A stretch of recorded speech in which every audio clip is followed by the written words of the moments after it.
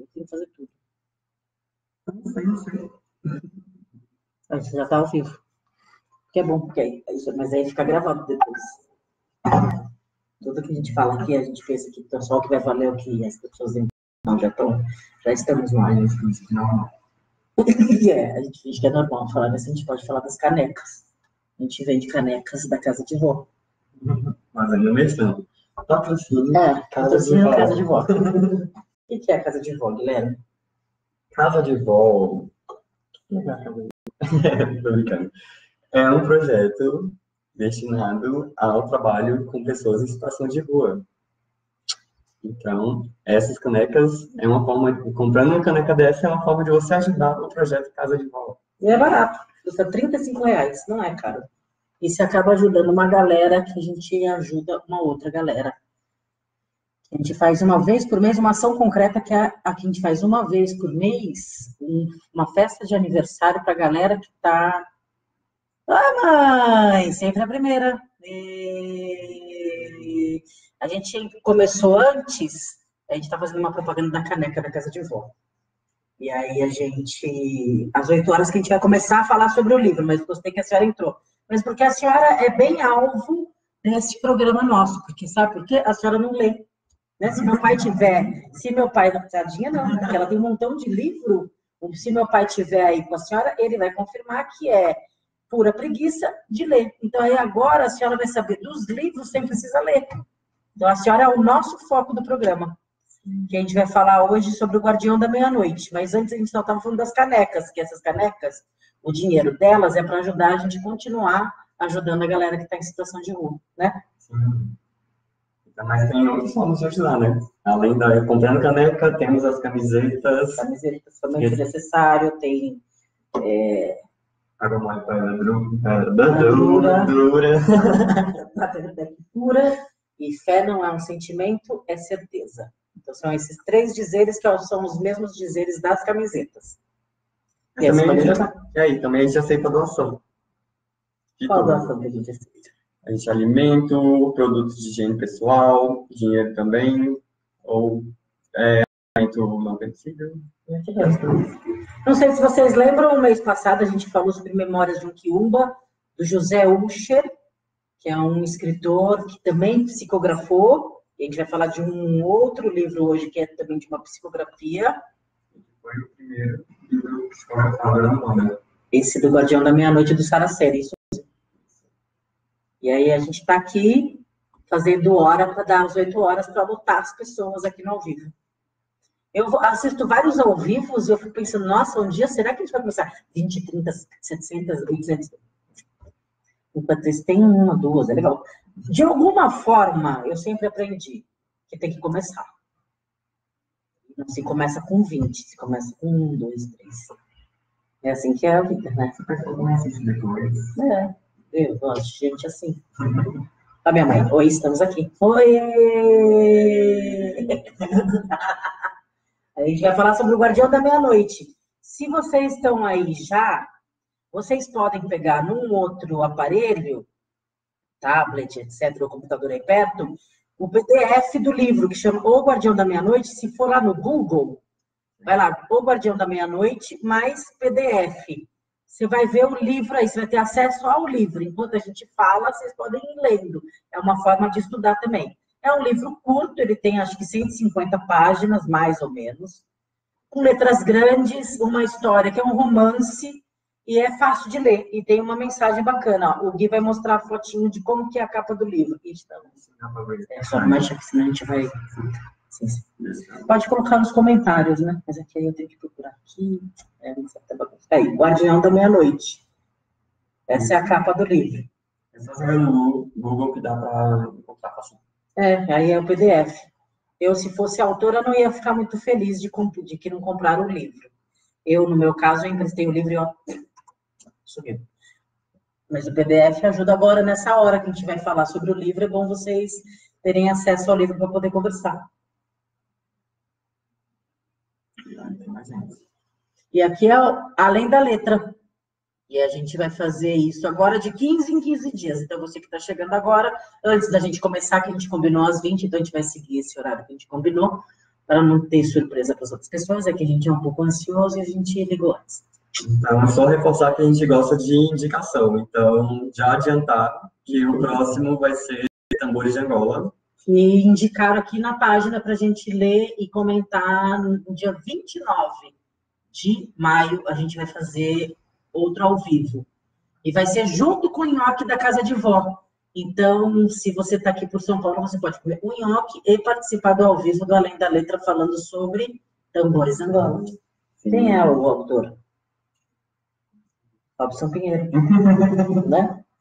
Ele é um espírita, o Robson Pinheiro, ele psicografa bastante, é um cara que tem muito da escola do Chico Xavier, cara sério, que nem do Edivaldo Franco, esse pessoal sério do espiritismo, que estuda pra caraca, é bem legal, bem indicado. Então, no próximo, no dia 29, quem está em São Paulo está convidado, então, para ir lá no Nhoque, e também de participa do ao vivo do Além da Letra, que a gente vai fazer no dia 29 de maio. Ah, Barba, que coisa boa que você está aí. A gente vai fazer hoje um bate-papo sobre o livro Guardião da Meia-Noite. Muito bem. Vamos esperar uns minutinhos. Se vocês querem comentar ou indicar algum outro livro, para a gente são livros espiritualistas, tá? Independente de religião. A gente pode até comentar o Bhagavad Gita.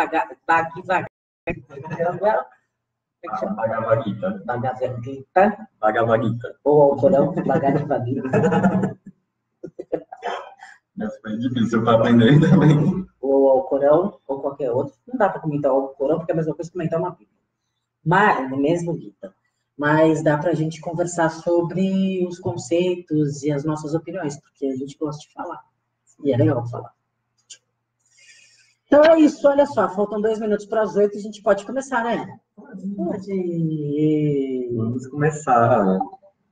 Então, pode uma introdução, então, mais um pouquinho sobre o Saraceni. Ah, sim. O Saraceni, para quem não conhece, ele é um cara que ficou muito conhecido porque ele levantou, de uma certa forma, uma Umbanda que até então não tinha. É uma Umbanda que estuda, é uma Umbanda que se aprofunda. O Saraceni teve essa grande marca para a religião, para a Umbanda. Porque até então, a Umbanda, ela se preocupava basicamente em trazer as entidades, dar o passe, que é maravilhoso e tudo muito maravilhoso, só que na hora do desenvolvimento desses médiums e da conversa e tudo mais, não se tinha um aprofundamento. Então, era tudo, foi a entidade que falou, foi a entidade que quis, e não se aprofundava, e não fazia essa relação do Lé com o Cré. Não é que era rudimentar, tudo faz parte de uma história.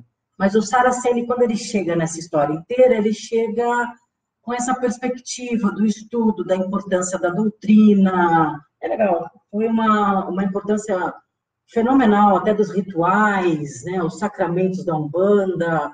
Eu acho que ele acaba dando um norte, não fechado numa caixa, porque a Umbanda, diferentemente de outras religiões, por exemplo, como o catolicismo, ela não tem um papa e do papa tem a ordem para todas as outras igrejas.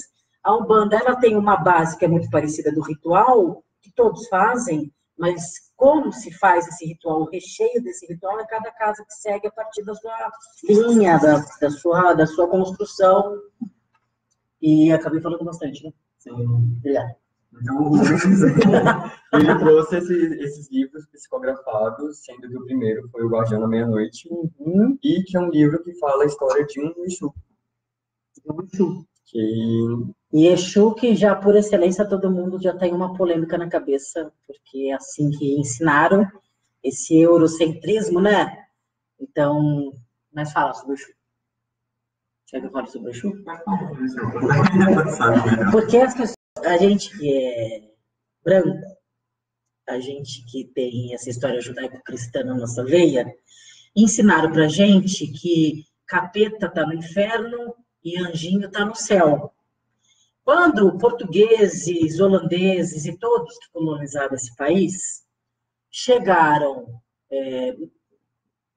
África, tá? Chegaram na África, lá tinha vários falos de várias formas, porque eles cultuavam esses falos pela importância que se tem, pelo símbolo que é. da virilidade, da força, da potência, da obstinação e tudo mais. Quando chega o português, o holandês e todas as outras nacionalidades, e olha aquilo com aquele filtro que é o filtro do demônio, do capeta, e aquele falo, aquele pinto daquele jeito, e aquela cabeça toda poluída, fala, nossa, isso é um capeta, isso é um demônio, isso é um capiroto.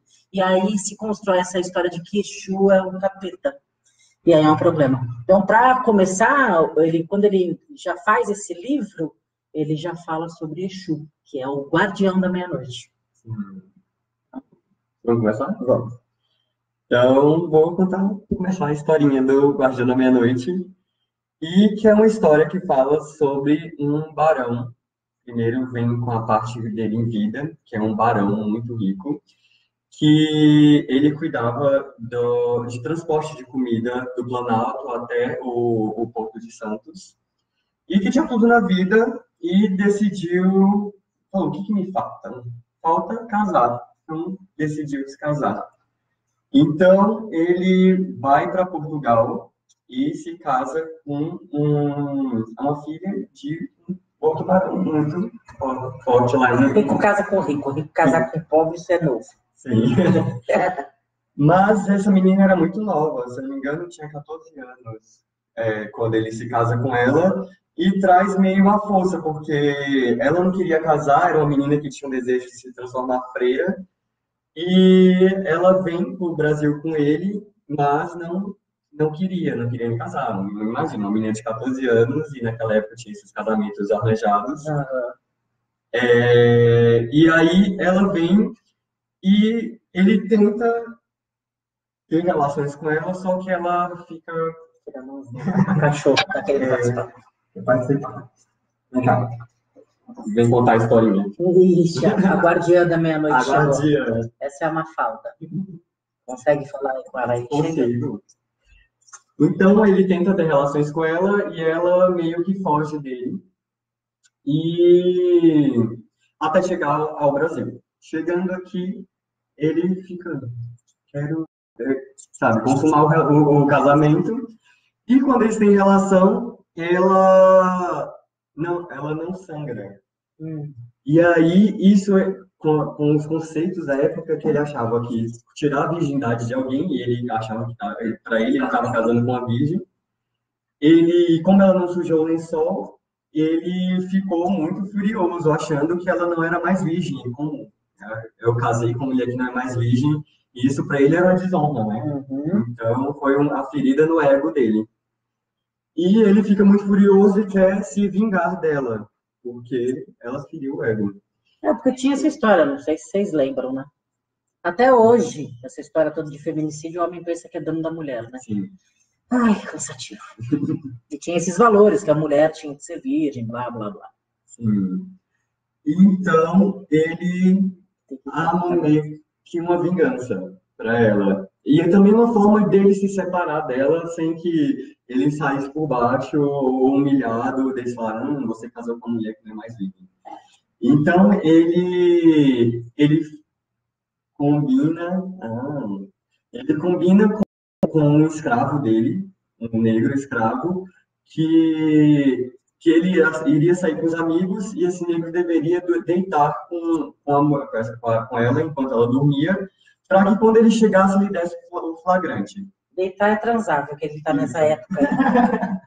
Ele fala consumar o casamento, ele está nessa década. Eu sou um velho. Um ancião. Então, ele sai com os amigos e fala, não, quando ela dormir, você deita do lado dela e quando ela acordar, vocês vão transar e... Sim. Vocês vão transar. A cachorra é uma espoleta, ele mexe a mão e ela pensa que é uma brincadeira. E aí, ele vai pegar ela no flagra, os amigos vão ver e ele consegue se separar. Mas ele sai, tudo dá certo, sai, o escravo vai, se deita com a esposa. Não, ele só se deita. Tanto que elas não chegaram nem a transar. E aí, ele chega em casa com os amigos e fala que vai ver a mulher. E quando ele chega no quarto, está lá o negro e ele começa a gritar, como assim? Você estava me traindo? Então os amigos vão até o quarto E chegando lá, o negro pega as roupas num susto e quando ele vai pular a janela, um desses amigos, o barão, dá um tiro e acaba matando o negro. E a menina acorda sem saber o que estava acontecendo, e ele então agride ela, ele bate nela, esbofeteia, e, e meio que fica muito curioso, e os amigos veem aquilo e falam, nossa, ela te desonrou, e o que você vai fazer agora com isso? E ele fala, não, depois eu resolvo isso. Então eles falaram que iam sair, ia dar um sumiço no corpo do negro, enquanto deixava o barão em casa. Então ele falou que ele ia expulsar a menina naquela noite de casa. Então eles chamam o vigário para resolver toda essa situação. E o vigário leva a menina para a igreja e ao passar a noite lá, quando amanhece, a menina desapareceu. Então, o que aconteceu? O vigário vai até a casa do barão e vai contar. Então, ela desapareceu. E, então, ele armou todo um grupo para procurar ela e não encontram. Procuram em todo lugar e não encontram ela. Mas, ele fala, o que eu vou fazer? Tenho que avisar o pai dela, que fica em Portugal. Como que eu vou avisar? Nossa, ela sumiu. E ele não sabia se contava a real situação ou porque então esse barão de Portugal ia desconfiar e falar, não, tudo que você fez com a minha filha. Então ele vai até Portugal e conta que ela desapareceu e ele jura que fala, ainda vou encontrar ela. Quando ele volta para o Brasil, ele Isso em vida, ele fala, ainda vou encontrar com ela. Isso. Então ele volta para o Brasil e conhece um grupo de homens que faziam expedições e tinha eram acostumados a fazer busca em meio de mato, tudo, mas antes ele descobre que meio que eles acham que ela foi raptada, porque falam que mulheres brancas estavam sendo raptadas por índios por essa guerra que tinha na época, que índios eram escravizados, então os que estavam livres estavam raptando as mulheres e tudo, até como fala, para que solte as mulheres, eles estavam usando essas mulheres brancas como uma moeda de troca, para soltarem os índios e eles soltavam as mulheres. Então ele parte para essa expedição. Mas, em resumo, essa expedição, ele vai ao encontro dela, ele fica muito furioso, esses homens acabam matando muitos índios, existem muitas mortes, acontecem várias mortes, e ele até perde o controle de tudo. Então, os homens, até movidos pelo ódio dos índios e tudo, falam, eles massacraram minha família e tudo, eles começam a matar os índios. Ele consegue encontrar com ela, trazer ela à força de volta para casa. E em toda essa história ele tenta reconquistar ela, mas ela não quer saber nada dele. Mas eles transam e ela engravida, mas esse filho morre. Depois, quando eles já estão juntos, ele tenta convencer ela, mente para ela falando que não, ele ficou furioso, contaram que o negro tinha entrado lá escondido mesmo e que ela não tinha nada a ver com a história. E aí ela vai perdoando ele e eles vão ficando bem. Então ela engravida novamente esse novo filho, ela perde esse novo filho, e era um filho que na verdade ela chega a ganhar o filho, mas com o tempo esse filho morre. E eles ali já estavam bem envolvidos, ele bem apaixonado por ela, mas com a morte desse filho ele fica com remorso e acha que ele começa a ter sonhos, fica perturbado, ele sonha com esses índios perseguindo ele sonha com esses exploradores que também morreram na expedição, sonha também eles revoltados. Ele fica perturbado mesmo pelos acontecimentos, né? Da morte, da força que ele teve para casar, teve que fazer para forçar a mulher a casar com ele. Ele fica meio que pensando, essa consciência que ficou pesando, né? E ele tem enganado ela tanto tempo, né? Sim. E após a morte do filho, ele entra nesse remorso e acaba decidindo contar toda a verdade do que ele fez, do que ele armou, até naquela noite em que ele amou, achando que é por causa dela achar que ela não era mais vítima. Então, ela fica louca e fala, nossa, como assim? Eu fico com muita raiva e larga ele. E por largar, ele entra numa depressão de se trancar num quarto e fica lá, ele não percebeu que ele não estava mais comendo, ele não queria, não saía. E até que um momento que ele estava fraco, de não conseguir mais andar, porque ele não se alimentava mais. Ele é o típico cara que ia cometer um feminicídio, por exemplo. Aquela que a mulher não quer mais, manda embora, vai embora, ele vai lá e mata ela, né? Ele é o típico cara que não sabe administrar ou não. E após ele ver a merda que ele tinha feito, ficou mal. Então, ele não percebe que ele foi dormir, mas na verdade ele morre e não percebeu isso. Então, isso que eu acho que é interessante no livro, de ele não percebeu que tinha morrido e depois de passar um tempo, começaram a sentir o cheiro do corpo. Então, a esposa dele e o pai dela vão atrás dele e encontram ele no quarto morto. Mas a sensação dele, até que passa no livro, é que ele está vivo, ele tenta se comunicar com essa aquela pessoa. forma que você não se conforma que você morreu. Então, você não acredita que você está morto, você está ainda vivo. Vários relatos de espíritos que já morreram são esses, de até eu me descobrir, até eu perceber, até me falarem, acho que passou vários anos porque eu não consegui perceber. São relatos dessas psicografias, né, que contam pra gente de entidades ou da incorporação que falam e tudo mais, né? Que nesse caso foi esse, de que ele não sabia. Tanto que ele fica revoltado, achando que eles estavam até enterrando ele à força. Estava enterrando por vingança, estava enterrando ele vivo. Isso.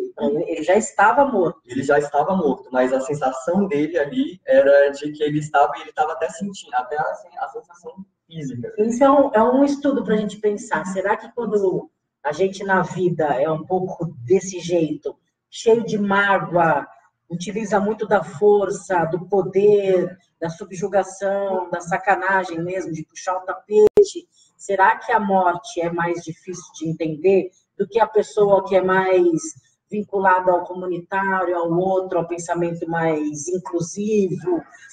Isso é uma forma da gente começar a conversar sobre o que a gente faz e o que resulta no depois, né? Isso é um bate-papo bom, né? Sim. E ali ele mostra bem essa continuidade, que para ele não teve fim.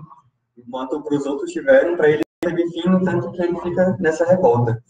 E ao enterrar ele vivo, ele... Na cabeça dele, ele já estava morto. A enterrar ele vivo não. Enterrar ele, mas ele... Essa é a história mesmo. Porque ele está contando como é que foi tudo. Por isso que chama Enxugar Meia-Noite. Todas as sensações.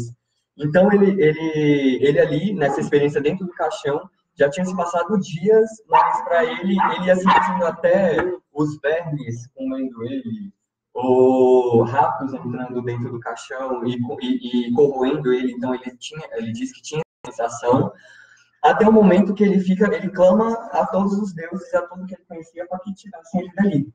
Porque aí ele vai entender o que é a morte. Sim. Porque ele foi para algum lugar que não era um lugar nada agradável, né? Então ele não estava entendendo o que estava acontecendo de fato, né? E após achar que ninguém estava escutando ele fala, já que Deus nem ninguém me escuta, eu quero então pedir para o capeta... Porque esse cara, ele foi para um lugar que ninguém o recebeu. Quais são os relatos que a gente tem de espíritos que alguém recebe? Que alguém da própria família, que pode ser bem perto como pai, ou pode ser bem longe como tataravô que está lá esperando, nesse mesmo lugar. Nesse lugar dele, provavelmente não teve ninguém da família dele que estava nesse lugar, a não ser ele só. Então ele se sente extremamente sozinho e não consegue entender se aquilo é vida, porque ele já era desse jeito, essa vida escura, sozinha, solitária, cheia de verme, cheia de problemas. É uma loucura, interessante. E após clamar, então ele é resgatado por um espírito que estava ali no cemitério. Estava ali no cemitério, mas que diz que... Mas só resgate mesmo, esse é o nome. Sim. Né? Só é resgatado se ele se tornasse escravo.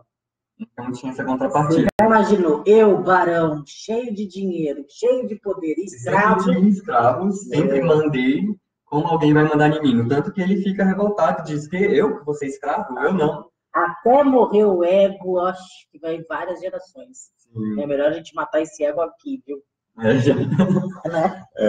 E aí aí, esse espírito joga ele de volta dentro do caixão e já fala, tá, eu te tirei daí, não quer ser meu escravo, então fica aí, vou voltar, os atos vão voltar e você vai sentir tudo de novo. Teve a questão dos ratos, das cobras que vinham para dentro do caixão, então ele fica bem perturbado com isso. E aí, vermes mesmo, e os vermes. E aí ele fala, não, tá bom, vou ser seu escravo. Então aí começa já a história dele do outro lado. Porque se ele não aceitasse ser escravo, talvez ele tivesse um lugar bem pior ainda. Ele sacou isso, então é melhor isso do que nada. Melhor essa bosta do que uma bosta completa. Então, às vezes, a gente tem que também pensar isso na nossa vida. Aí ele aceita, né? Porque foi melhor isso do que nada, porque não tinha ninguém aqui, só tinha cobra, mulher. Era o sofrimento dele, continuar sofrendo. Melhor ser escravo. Pelo menos ele fez escravo. Até alguém, eu não vou sofrer. Mas ele decide, e aí começa toda a história dele no plano astral, né? Sim. Sendo escravo e sendo utilizado para se fazer trabalhos de magia negra ou trabalho de mata fulano, ou então separa tal. Gente, vocês estão ligados, né? Que tem uma lógica muito grande no plano astral. Tem uma lógica que é da luz, de como que se configura essa luz e como que ela se engendra quando a gente aparece ali e está ali. Isso tudo por relatos, hein, gente? E também tem um engendramento, lógica e composição para quem está nas trevas. Mesmo que essas duas elas sejam extremamente unidas. A gente está sendo didático para falar sobre aqui e ali.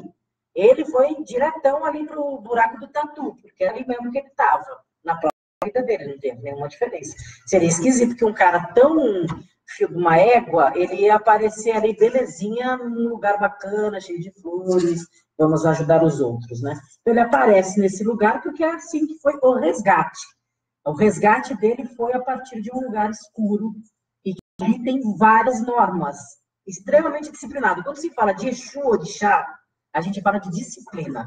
É o orixá que rege a disciplina. Então, Exu é bandalheiro, é uma putaria, passa a mão na bunda, passa a mão... Não. Exu é extremamente disciplinador e rege a disciplina do mundo. Exu, a palavra em Yorubá, quer dizer espera. Onde não termina, onde não acaba. Então, voltando lá, que eu dei uma perdidinha, mas... Não era.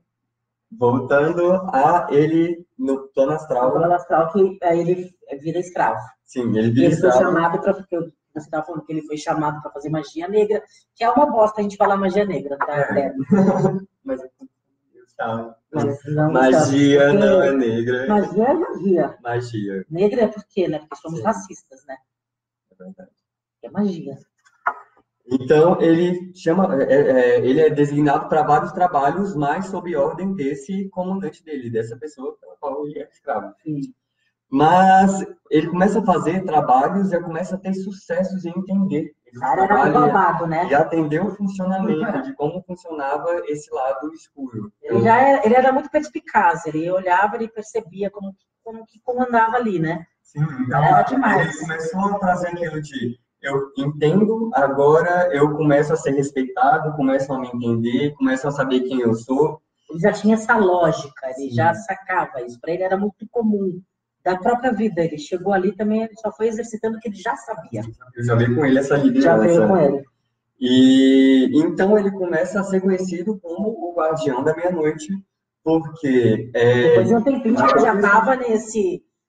Ser escravo e já estava meio que já querendo escravizar, né? Isso, já estava tendo seu respeito. Isso, já tendo seu respeito, então já posso construir a minha falange, o meu grupo. Certo, a galera que vai me obedecer.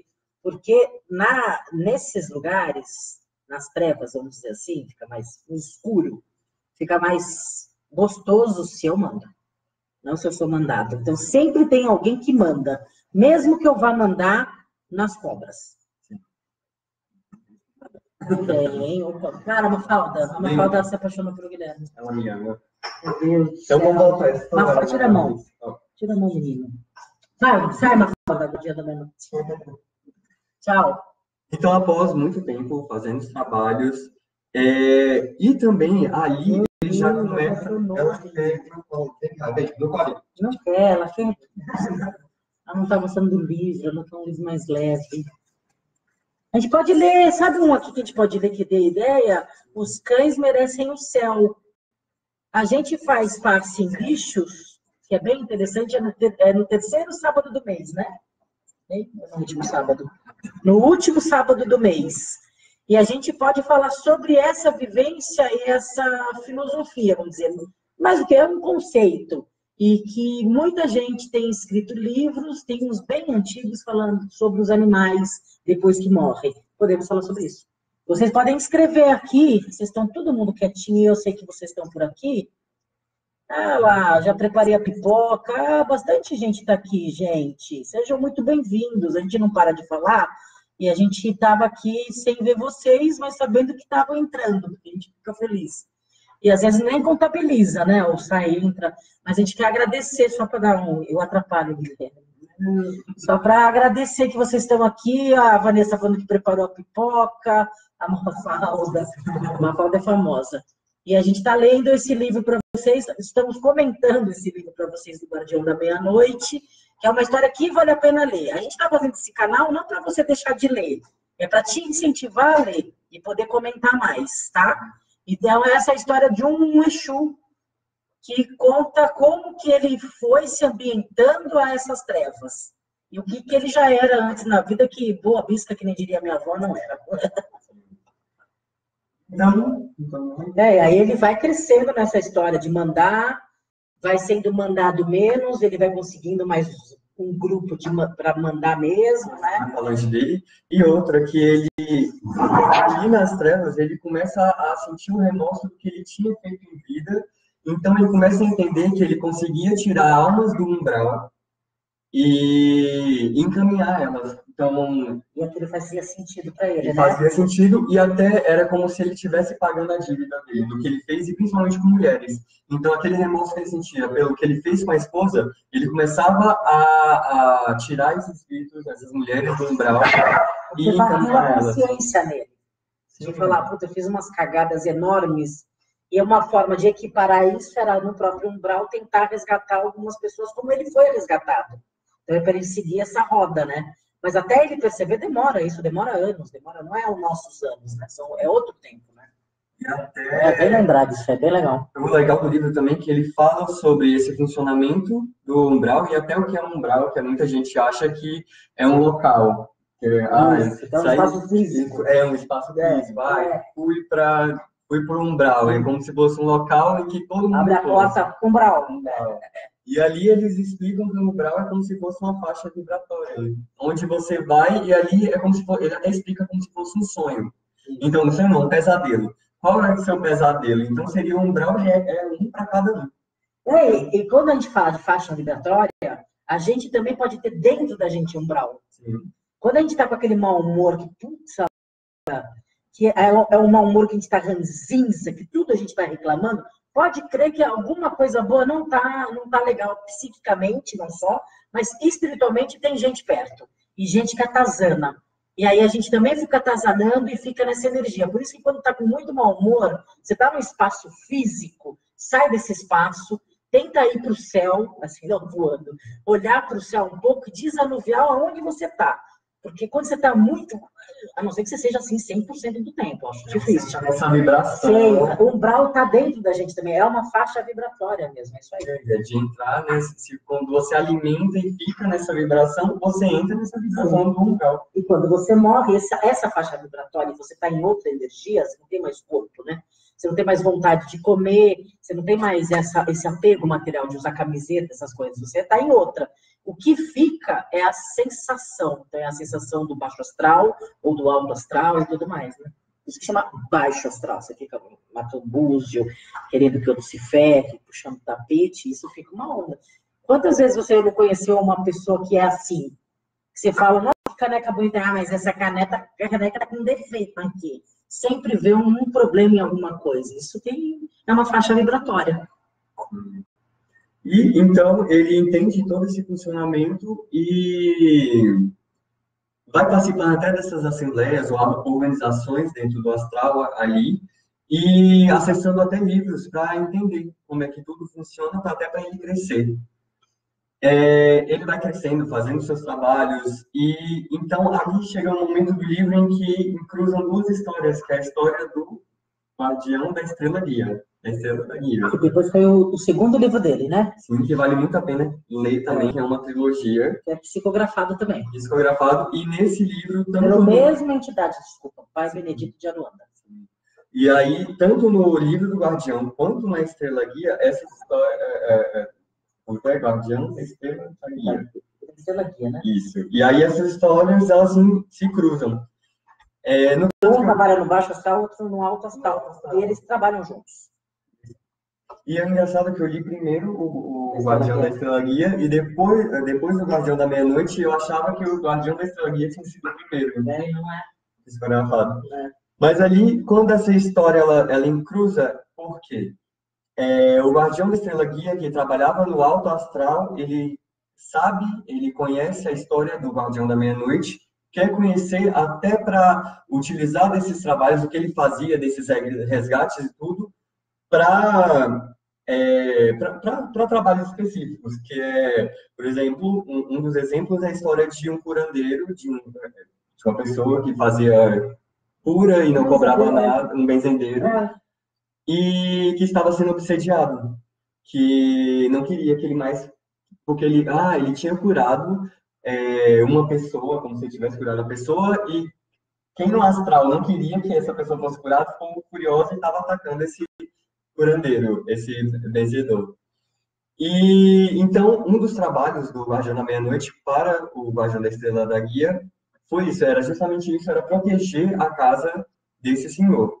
Porque o Exu, ele protege o alto astral, né? Ele não combate, ele não azucrina, ele não impede.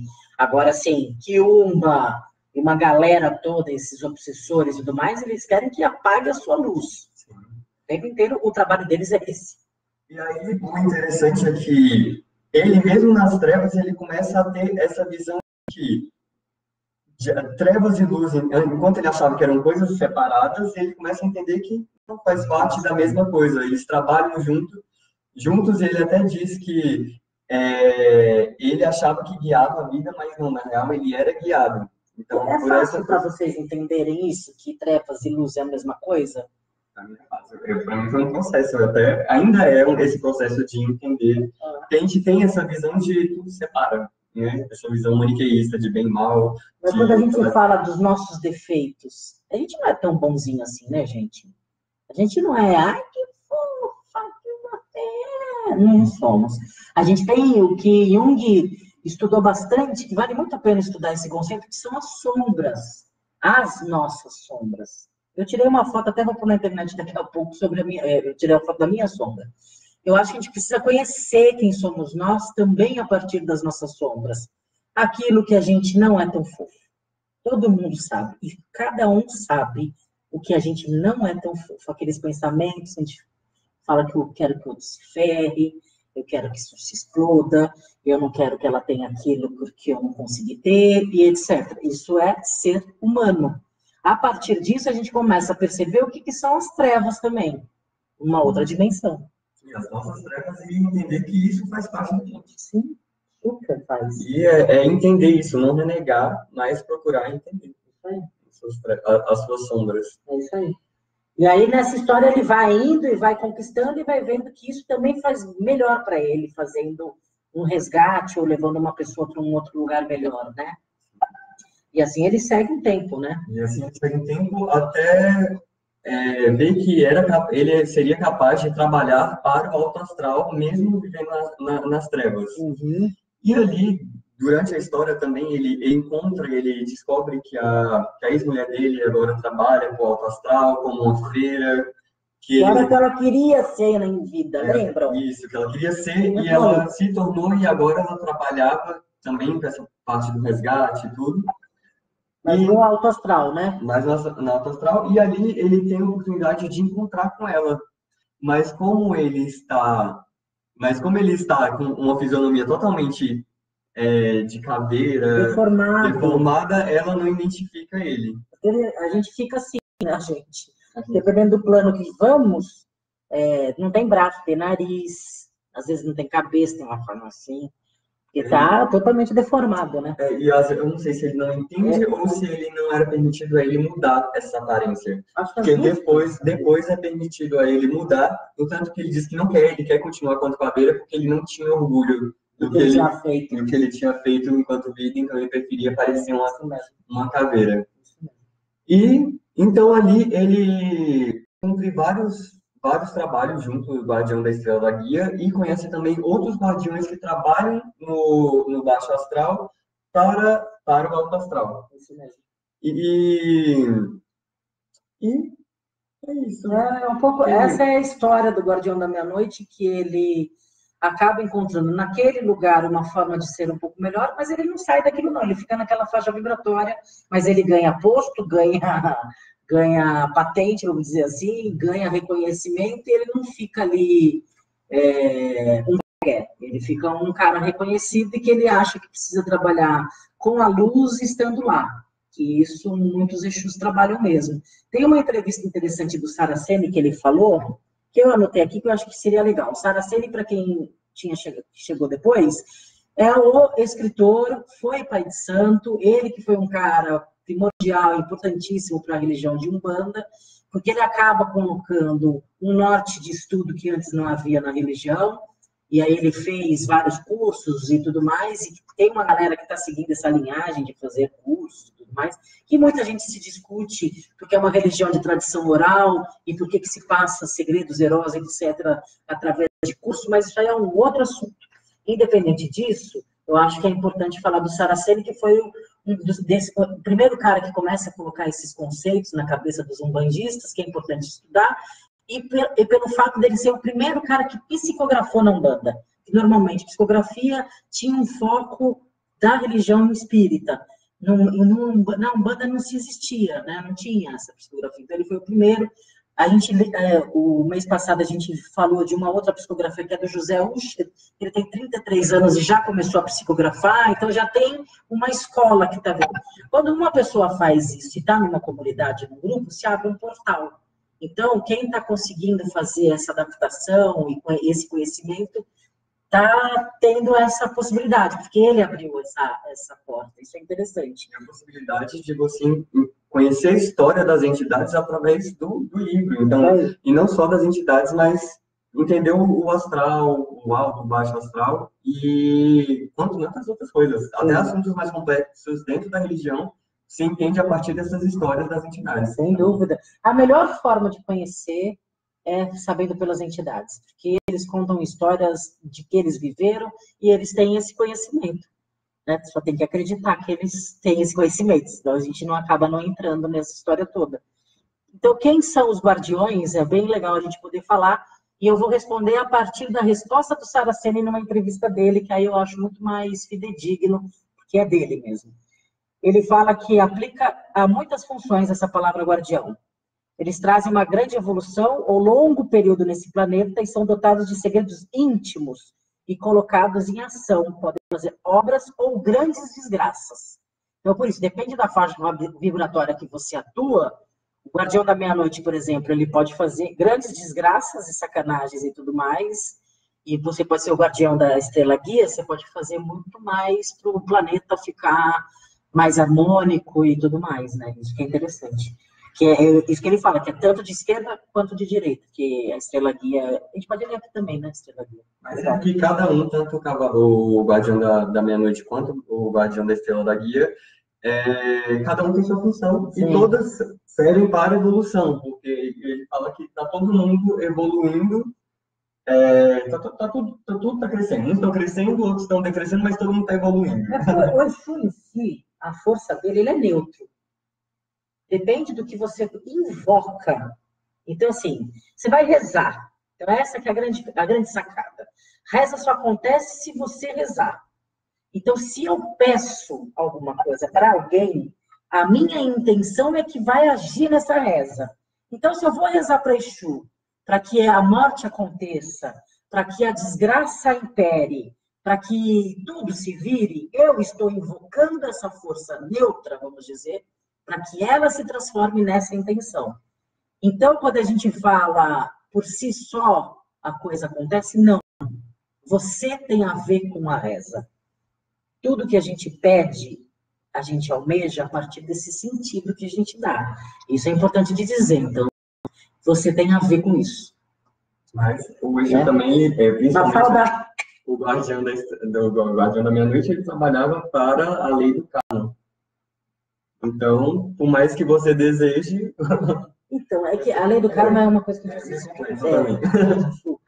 Os espíritas sabem dizer muito mais disso. A gente pode conversar aqui sobre a lei do karma também. Na Umbanda e na nossa Umbanda que a gente professa, a gente não tem essa matemática, não.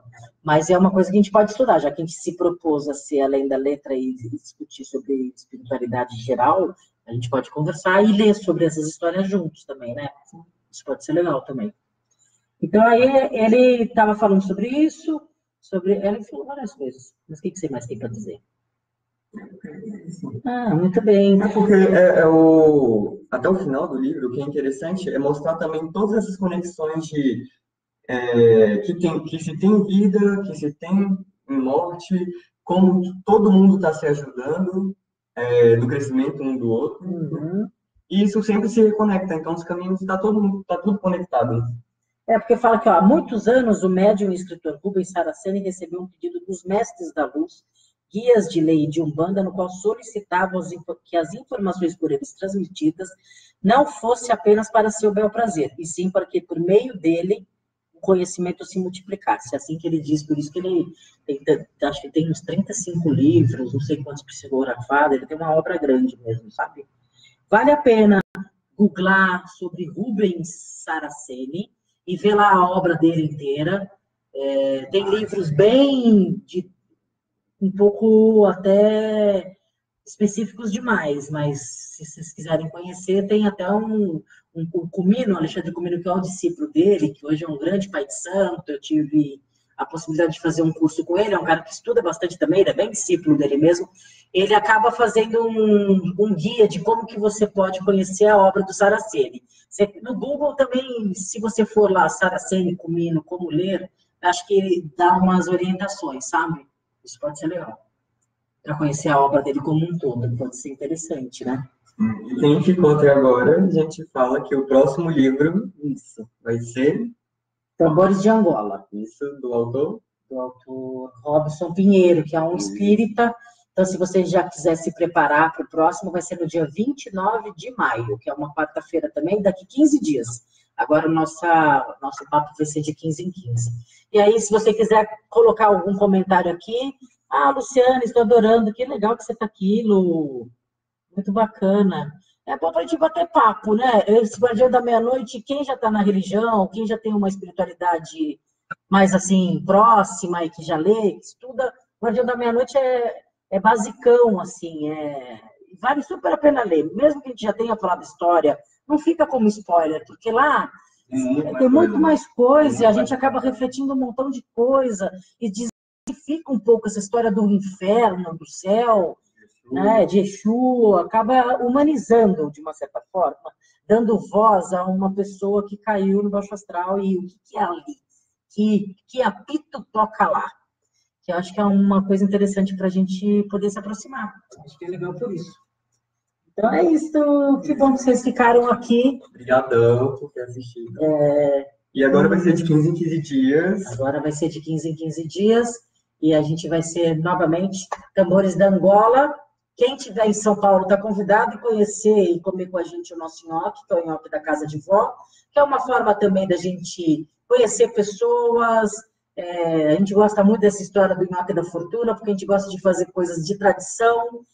A gente acredita que é no hábito que a gente constrói familiaridade, que a gente constrói lastro, que a gente constrói aquilo que a ancestralidade ensinou para a gente. Então, é uma forma de uma tradição virar uma coisa importante para a gente. Então, se você estiver em São Paulo, você está convidado dia 29, e o Além da Letra, às 20 horas, a gente vai falar sobre... Obrigadão. Tchau, gente!